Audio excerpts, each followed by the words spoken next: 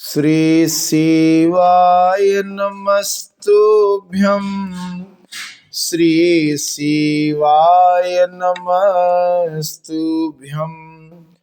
नमस्तुभ्यं नमस्तुभ्यं श्री शिवाय नमस्तुभ्यं।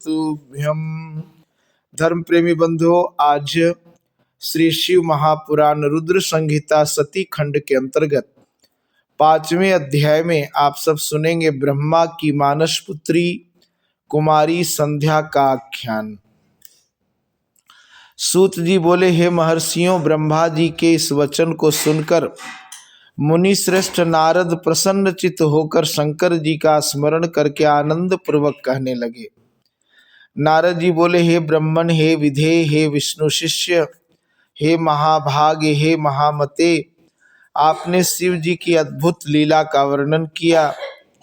जब कामदेव अपनी पत्नी को प्राप्त कर प्रसन्न होकर अपने घर चला गया तथा प्रजापति दक्ष भी अपने घर चले गए, सृष्टिकर्ता आप ब्रह्मा तथा आपके मानस पुत्र भी अपने अपने घर चले गए, तब पितरों की जन्मदात्री वह ब्रह्मपुत्री संध्या कहाँ गई? उसने क्या किया और उसका विवाह किस पुरुष के साथ हुआ?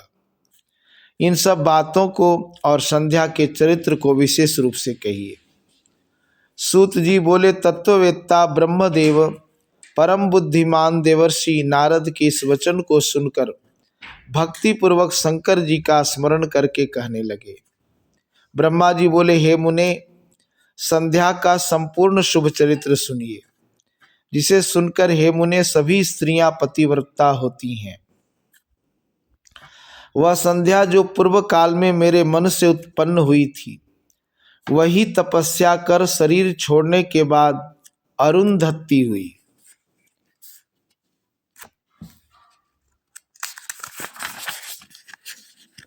उस बुद्धिमती तथा उत्तम व्रत करने वाली संध्या ने मुनि श्रेष्ठ मेधातिथि की कन्या के रूप में जन्म ग्रहण कर ब्रह्मा विष्णु तथा महेश्वर के वचनों से महात्मा वशिष्ठ को अपने पति रूप में वर्ण किया। वह श्रेष्ठ पतिव्रता, वंदनीय, पूजनीय तथा दया की प्रतिमूर्ति थी। नारद जी बोले, हे ब्राह्मण, उस संध्या ने क्यों, कहाँ और किस उद्देश्य से तप किया?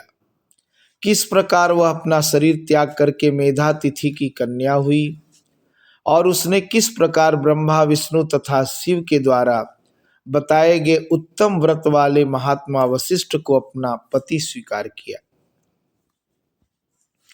हे पितामह, इसे सुनने की मेरी बड़ी उत्सुकता है, अतः सुनने की इच्छा वाले मुझसे अरुंधति के चरित्र का विस्तार पूर्वक ठीक ठीक वर्णन कीजिए।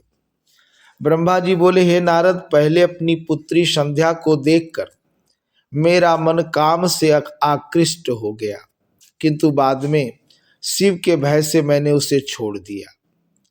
कामवान से घायल होकर उस संध्या का तथा मन को वश में रखने वाले महात्मा ऋषियों का भी चित्त चलायमान हो गया था।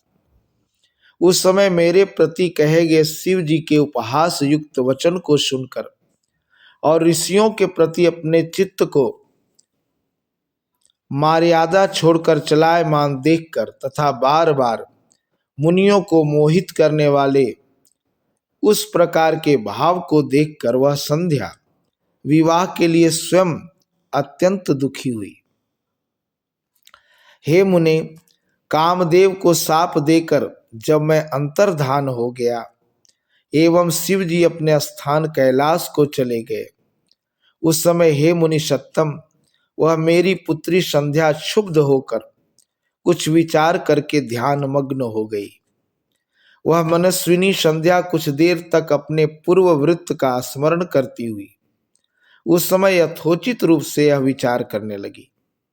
संध्या बोली, मेरे पिता ने उत्पन्न होते ही मुझ युवती को देखकर काम से प्रेरित होकर अनुराग पूर्वक मुझे प्राप्त करने की अभिलाषा की।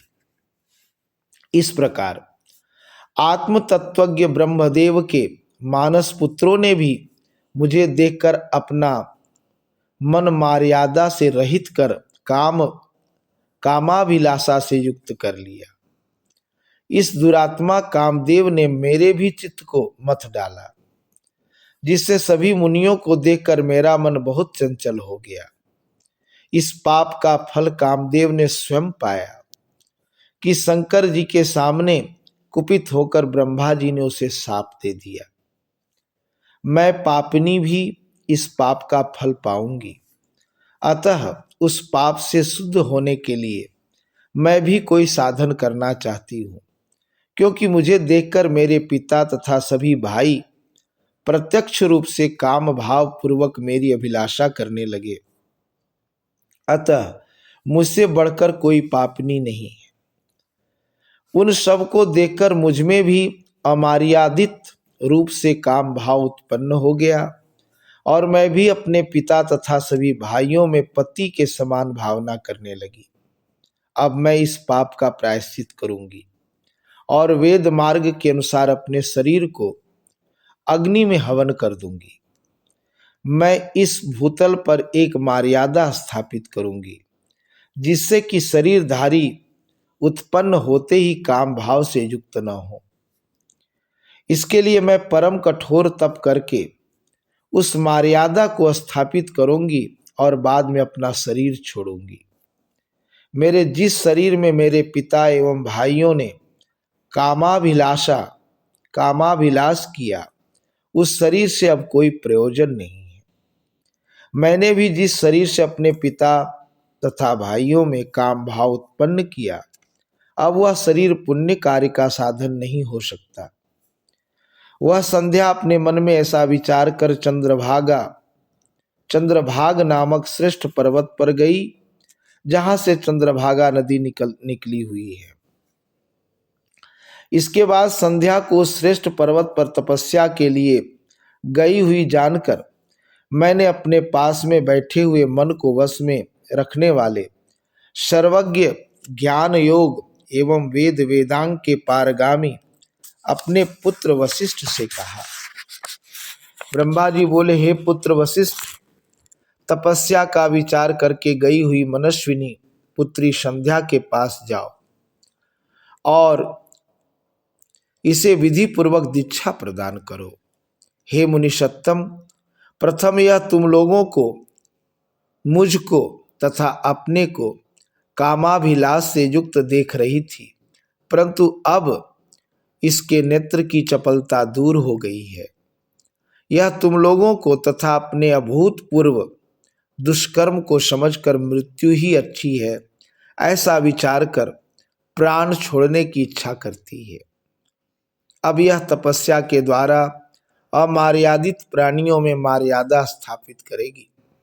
इसलिए तपस्या करने के लिए वह साध्वी चंद्रभाग नामक पर्वत पर गई है।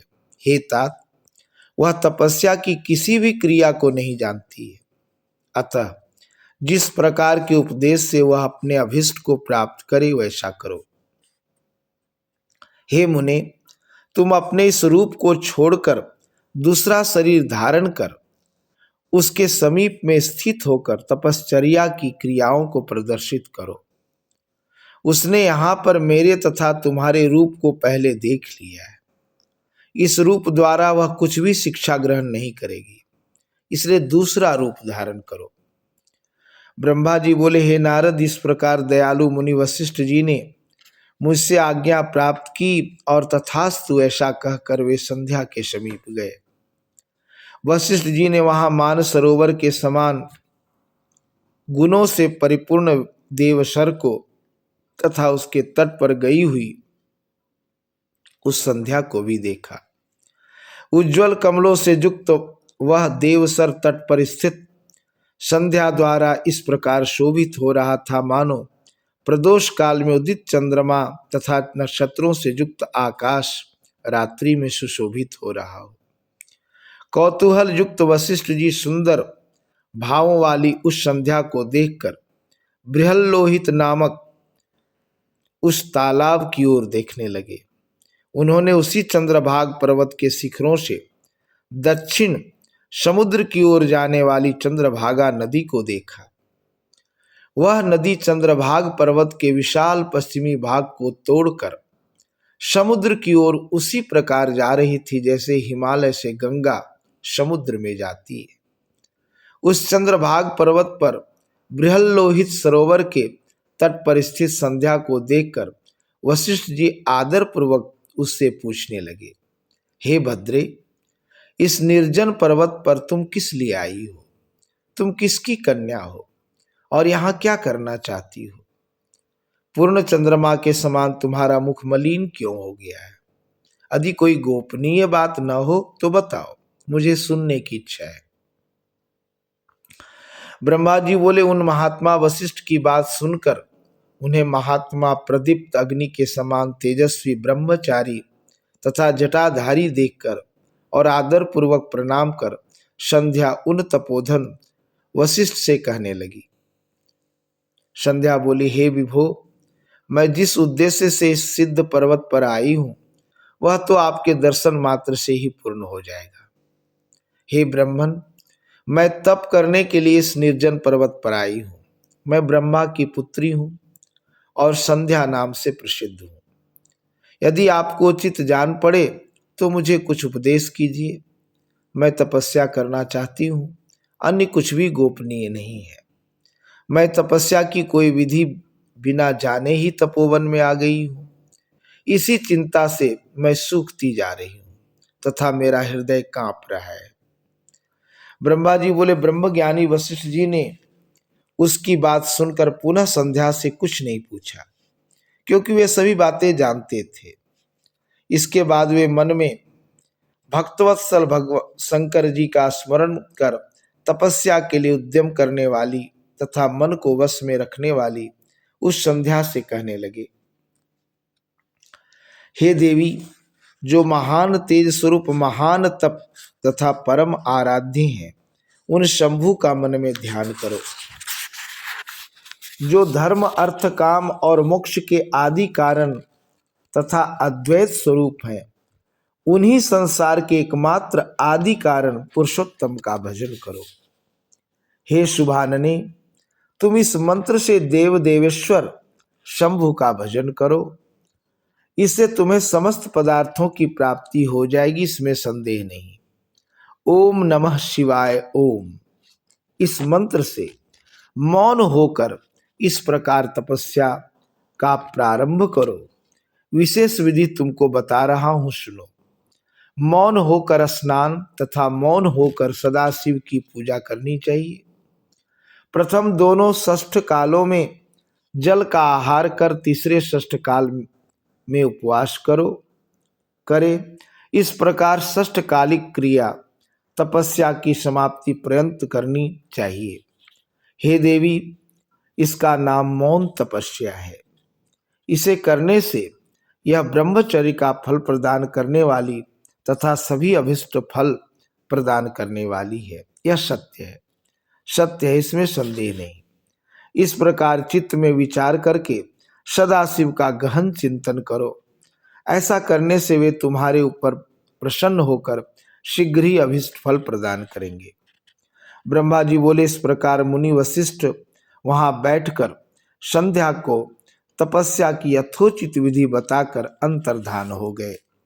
इस प्रकार श्री शिव महापुराण के अंतर्गत द्वितीय रुद्र संहिता के द्वितीय सती खंड में संध्या चरित्र वर्णन नामक 5वां अध्याय पूर्ण हुआ।